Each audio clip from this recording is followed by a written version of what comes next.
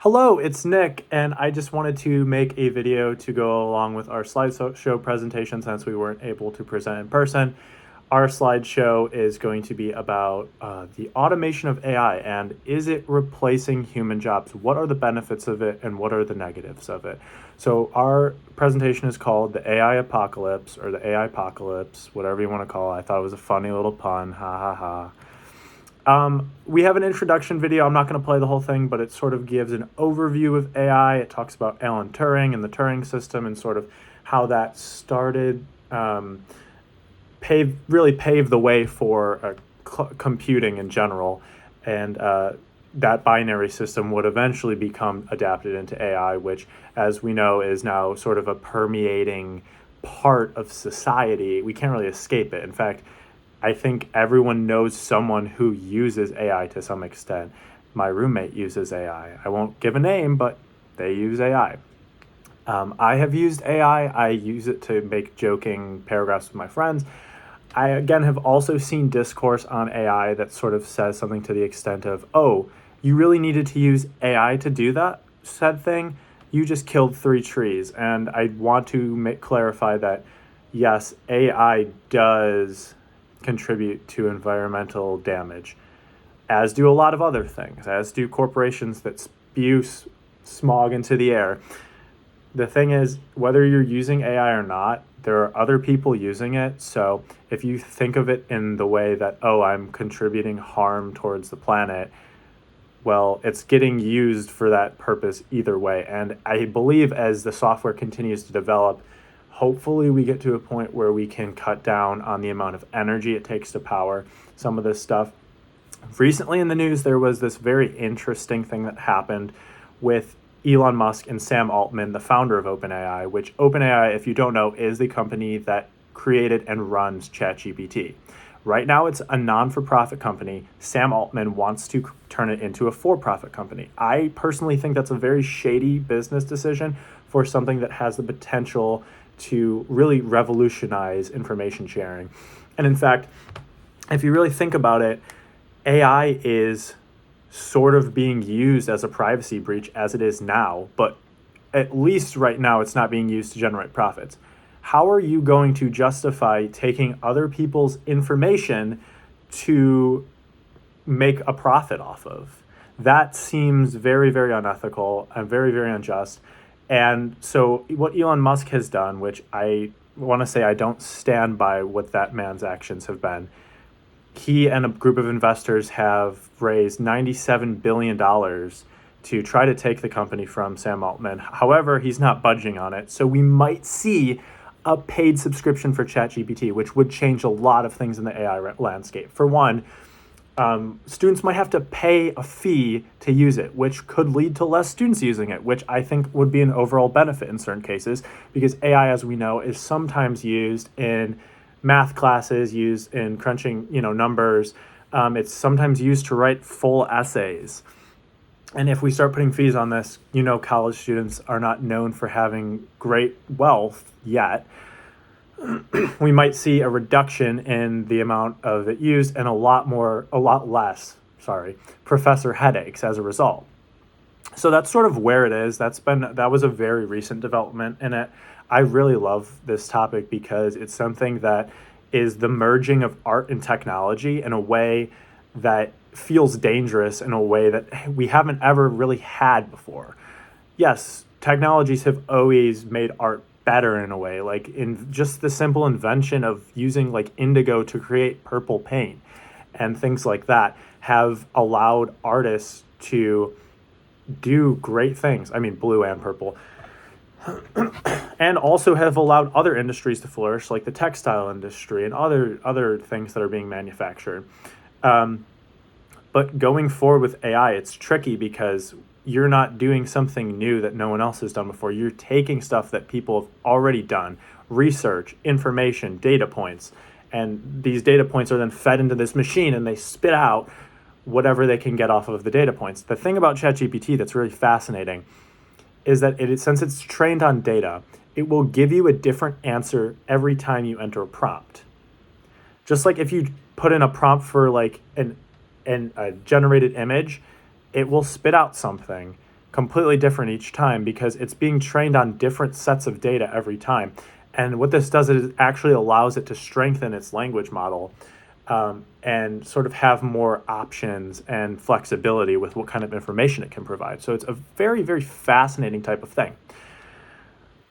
So some of our points: AI right now is taking some jobs away in certain sectors. It's automating a lot of factory stuff. This has been happening for a very, very long time, though.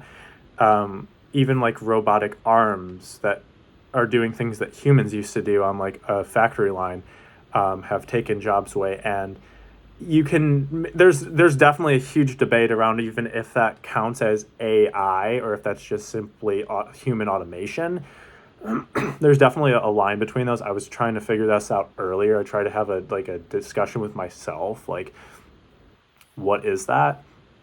But it's definitely going to be taking more jobs in the future away from people who might actually be necessary in certain industries. I don't know it's about all types of media, but I know in journalism, if we start using AI to write journalistic pieces, it is going to dampen the reputation of news even more, because AI is going to make reporters reliant on a robot to write things that are supposed to have some sort of human emotion to them. You're supposed to have interviews with real people.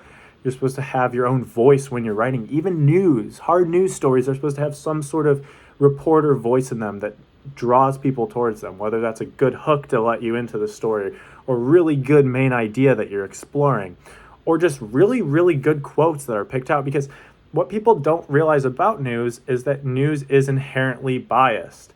When you are choosing quotes to put in as a reporter, and most people who hate the media don't understand this, the very idea of putting quotes into a news story is biased because you are selectively choosing which quotes you want to put in the story and which quotes you want to object from the story. And that in itself is showing a bias. You have preferred something over another thing, and that's exactly what a bias is. For whatever reason, maybe it was a stronger quote, maybe it was about something that you found more interesting, maybe it was about something controversial. And instead of taking the very safe stuff, you can paraphrase that, or you can just completely omit it from the story. That changes the narrative itself. And so technically all news is biased by that definition, the definition that most people without media experience go by. AI also does assist. As I was saying, it can be used to assist journalists. Graphic designers are starting to worry about their jobs with it. I personally don't think that AI is ever going to get as sophisticated within design as it could potentially with news writing or writing in general, because the thing is, language is fixed. We have a fixed set of 26 letters that can only be combined in certain ways. Sure, you can make up new words, but then no one will understand what you're talking about. Art, on the other hand, visual art, can be juxtaposed and can be meshed and collaborated on and sort of put together in so many different ways and still have meaning, because we have had thousands of years of artists doing different things with art, and we have made our own interpretations for that. So now when we see a design, we go, oh, they're using that color. That's what that color means. Like the color blue, it's sadness, it's regret, it's really vulnerable. Whereas like a color like an orange or a red might be angry, it might be passionate, it might be fiery, it might just be like happy. We have associated these things with that. That being said, these can take on different interpretations when they're put together. What does something that's blue and red together mean? Is it sad, or is it happy, or is it neither, or is it both? You see what I mean? So while AI is doing a really good job of synthesizing language, it's going to struggle, I believe, for a long time with figuring out how to do visuals, how to do audio, which is why we need people in those fields to stay in those fields. Those jobs are not going anywhere. Your graphic design job is not going anywhere, because despite the fact that most companies are currently in this like modern logo phase that I just think is absolutely awful, because it takes away all the brand, all the personality, all the authenticity from a company. I think we are going to see a shift away from that, and we are going to get back into this more authentic looking type of imagery being used to brand companies, being used in their uniforms, being used for basically everything you see online in movies, TV, film, et cetera, et cetera. So again, AI can also produce or process massive amounts of data very quickly, sometimes accurately, sometimes not. For example, sometimes AI is really bad at giving links to things or giving correct citations. This happens quite often with it right now at the phase it's in, because the issue is it's synthesizing so many points of data at once that sometimes it doesn't know what it's pulling from. It might be pulling from 10 or 20 different documents that have the same words in them. Which one does it cite? Does it accidentally make a citation that is a mix of a couple of the article's citations? That could potentially happen because of it.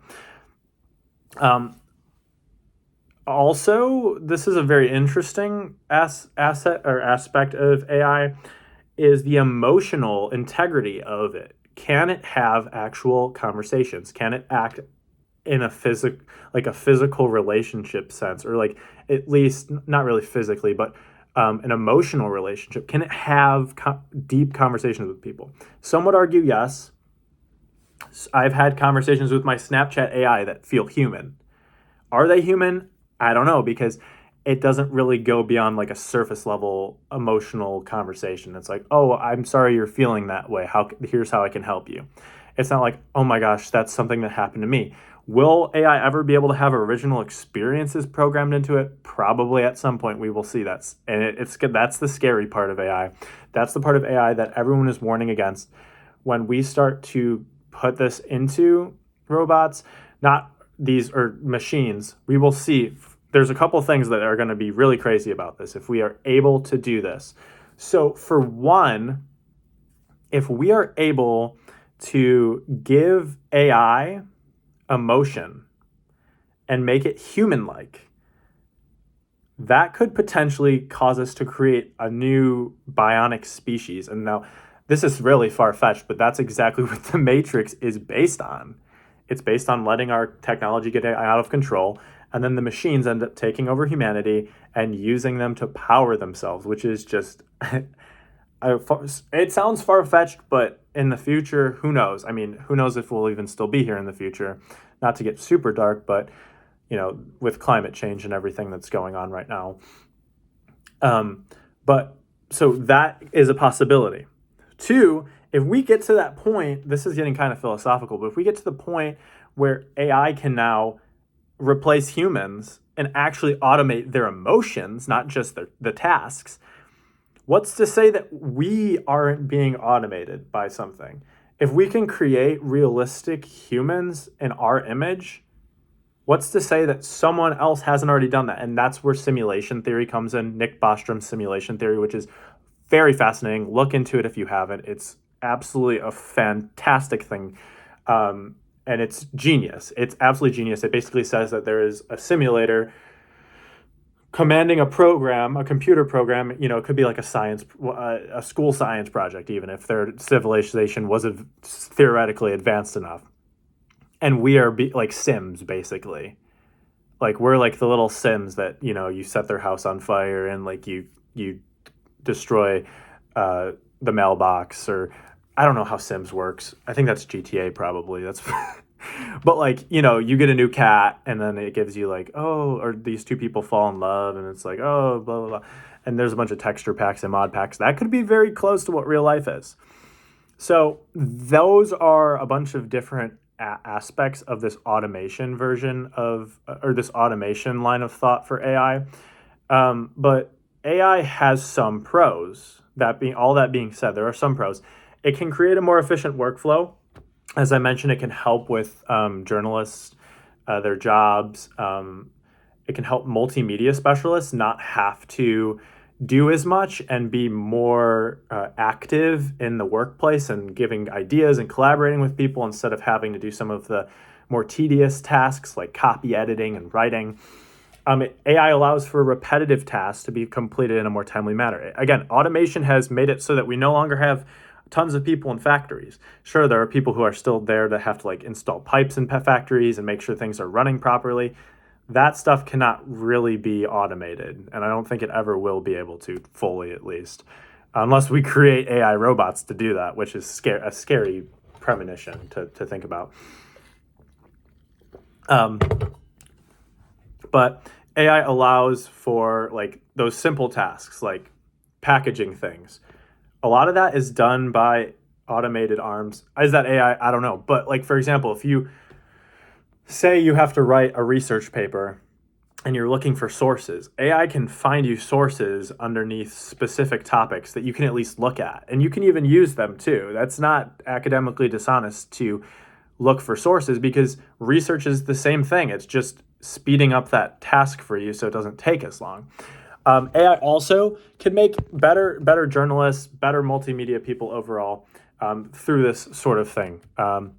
And it's also good for gathering news to an extent. Again, I would make sure to fact check everything that is coming from AI with actual news sources.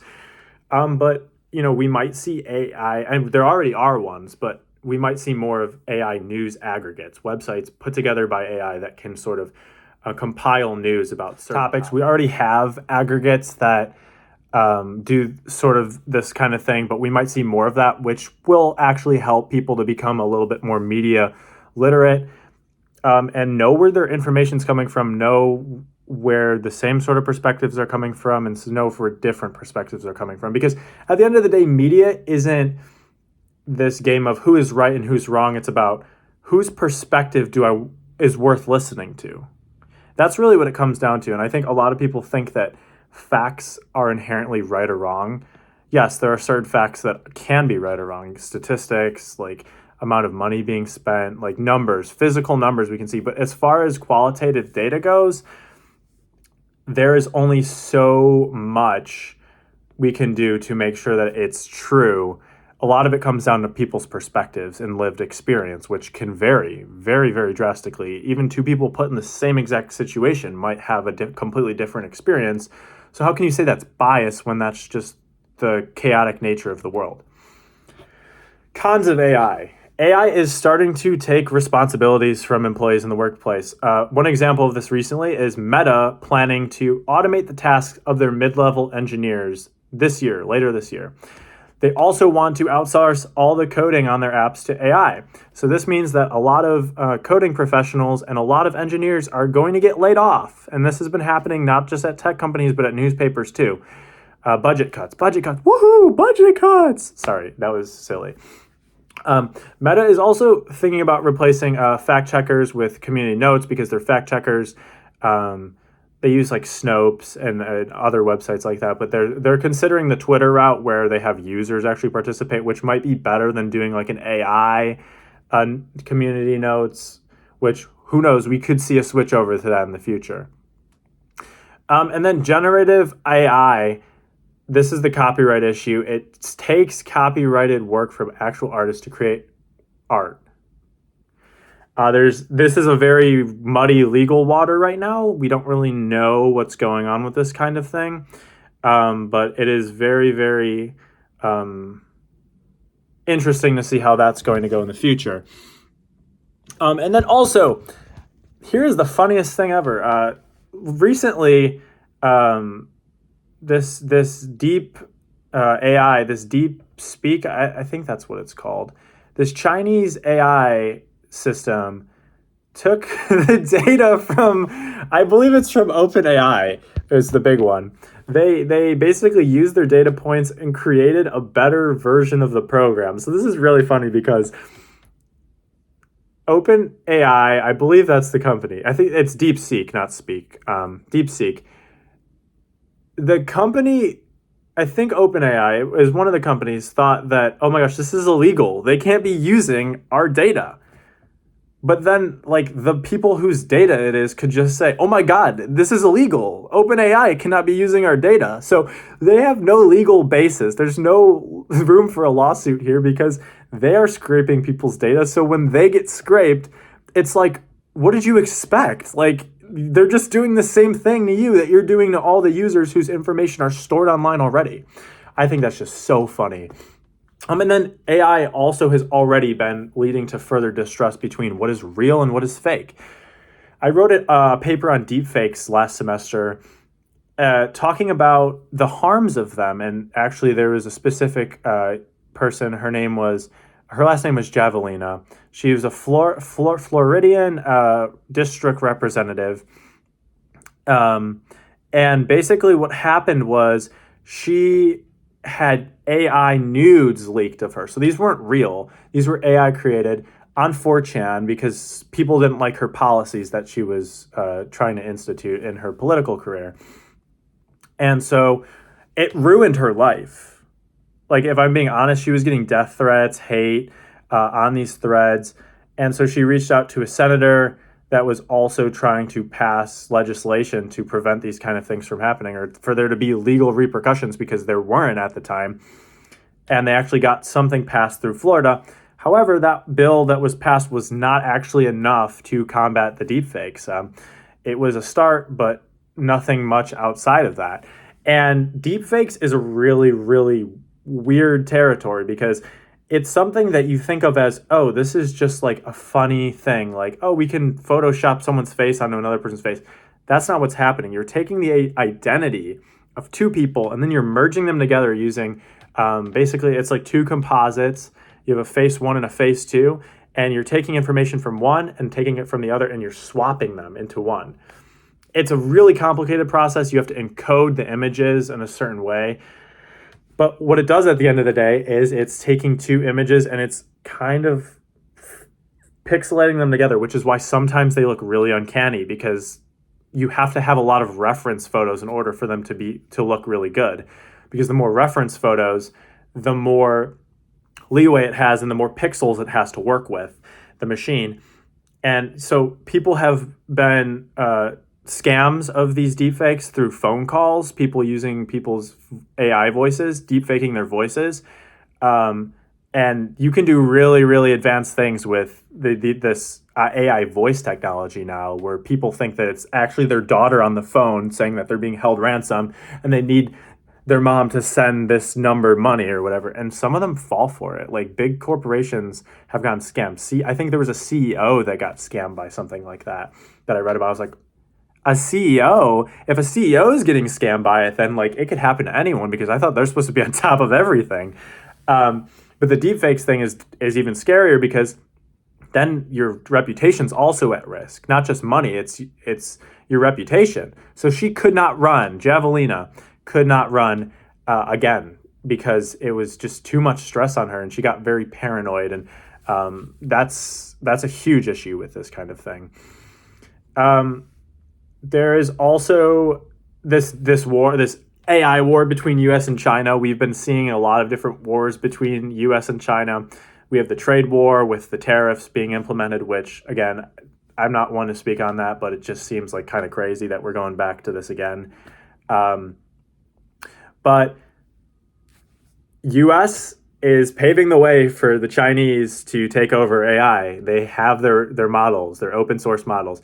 Elon Musk is an advocate for keeping models open source. Is that true? We don't know. We don't know if he's going to do that, because he didn't do that to X. Although I think he said he was. Maybe he did. I don't know. He definitely didn't do what I thought. I mean, I had a feeling he was going to do some interesting stuff with X, but he definitely didn't make it as open source and easily accessible as I thought he was going to. But he wants to keep AI open source. I don't know if I believe it, to be honest. But yeah, Chinese companies are able to take this open source technology and leverage it to their own advantage. And these companies have also been creating cheaper versions of this technology, like DeepSeek. So you already have the data. You don't have to do any of the data mining. You just literally just take the data. Their internet censorship may pose a different challenge to their AI training quality, data quality, just because they don't have access to as much data. Or maybe they do. I don't know if this is like a governmental effort. I would assume it probably is, because a lot of their corporations are government owned. I mean, almost all of them, right? The U.S. is having issues retaining their AI talent, because it's not a skill that like everyone possesses. Not everyone knows how to work with like language learning models. It's a very rare thing, and it's really only essential for AI. Like I'm sure there's other online orifices that it's applicable to, but AI is like the big one right now.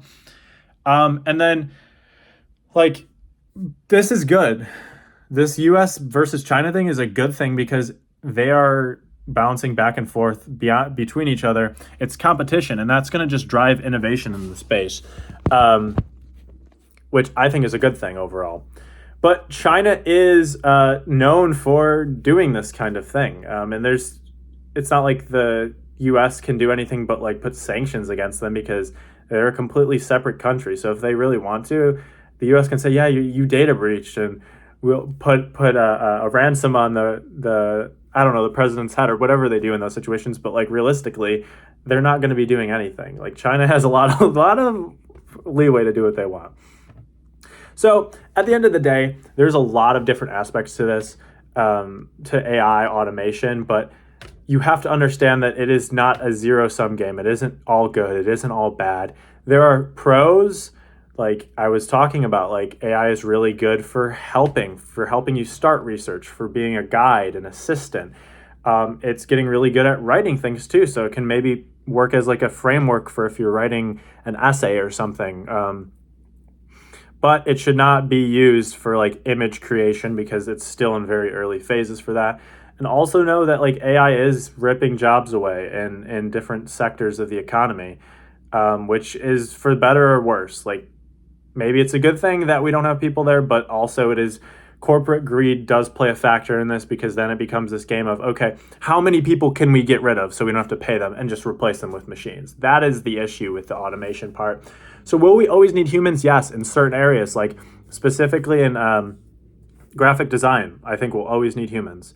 Having good conversations, especially sales conversations, because right now AI can offer suggestions for like customer service agents. In fact, my parents have a family friend whose company creates the AI technology that helps customer service representatives give prompts to their customers. So there'll be like a box at the bottom that says, is this how you want to respond? And other services do that too. Like I play Clash of Clans, and their like support team does the same thing, but that's not good for user interaction. Now, to an extent, it can be used in a good way. Like if you really don't know what to say, it can be a good jumping point. Like again, like helpful. But like on Clash of Clans, for example, they just use those AI models, and then the employees don't really do anything, so they're not actually assisting in the way they're supposed to. And which causes a lot of issues. I've seen a lot of issues, people talking about on the Clash of Clans Reddit, their account got stolen and they can't get it back because these reps that they have from the company are not helpful. And so they just rely on the AI, which is just, I think, bizarre. So yeah, there's a lot of working pieces to this, but you have to understand, like, there's two sides to it. It's a very black and white issue. And there's even like legal battles being fought over like who owns copyrighted material. Right now, no one does. Right now, the machine doesn't own it and the human doesn't, because for one, it's a conglomeration of a bunch of different data. So how can you say who truly owns that if it's pulling from different places? And two, the AI does not have human intelligence yet. Until we get to that point, we can't call it a human, and therefore it can't have copyright. Will we get to that point? Potentially, but I think that if we do get to that point, humans are still going to be too narcissistic to admit that we have created something that operates on either the same or a much higher level of intelligence than ourselves. So I'd love to see where this goes in the future, but that was a main summary of all our points. And this is a topic that I could talk about forever. There's always new stuff coming out about it. I highly recommend you look into just like AI news. Like it's so fascinating to see some of this stuff that happens with it. But I'm nervous. I'm equal parts nervous and excited for the future. Just like AI is an exciting and a kind of nerve-wracking tool at the same time. Will the robots take over humanity? I don't know. But hopefully I'm not there when it happens.